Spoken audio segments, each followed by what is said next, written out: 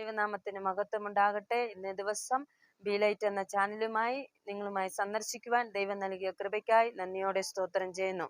ഈ 2025 ആണ്ടിലേക്ക് എല്ലാവർക്കും പുതുവത്സര ആശംസകളെ നേർന്നുകൊള്ളുന്നു. അതുപോലെ 2024 ആണ്ടിൽ ദൈവം നൽകിയ എല്ലാ കൃപകൾക്കും നമ്മളെ നടത്തിയ വിധങ്ങൾക്ക് നന്ദി പറഞ്ഞുകൊണ്ട് പുതിയൊരു വർഷത്തിലേക്ക് കടക്കുകയാണ്. പുതിയൊരു ആയുസ്സും കൂടെ കൂട്ടി ദൈവം നൽകിയിരിക്കുകയാണ്.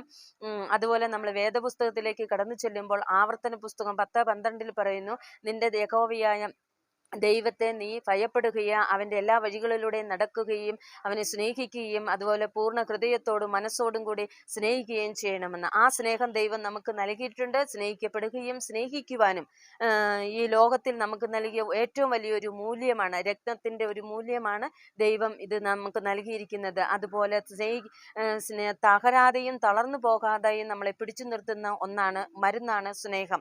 ഈ സ്നേഹം നമ്മുടെ മനസ്സുകൊണ്ട് കൊടുക്കുകയും മനസ്സുകൊണ്ട് സ്വീകരിക്കുകയും നമുക്ക് ചെയ്യുവാൻ ഇടയാകണം.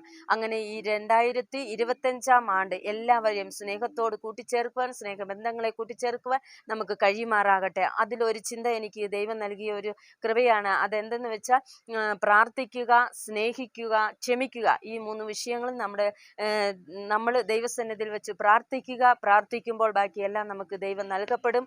അതുപോലെ കൂടെ ചേർന്ന് ദൈവത്തോട് കൂടിയുള്ള ഒരു യാത്ര ചെയ്യുവാൻ ഈ 2025 വർഷം ദൈവം നമ്മെ അനുഗ്രഹിക്കട്ടെ, ബലപ്പെടുത്തട്ടെ. യേശുക്രിസ്തുവിൻ നാമത്തിൽ തന്നെ ആമേൻ.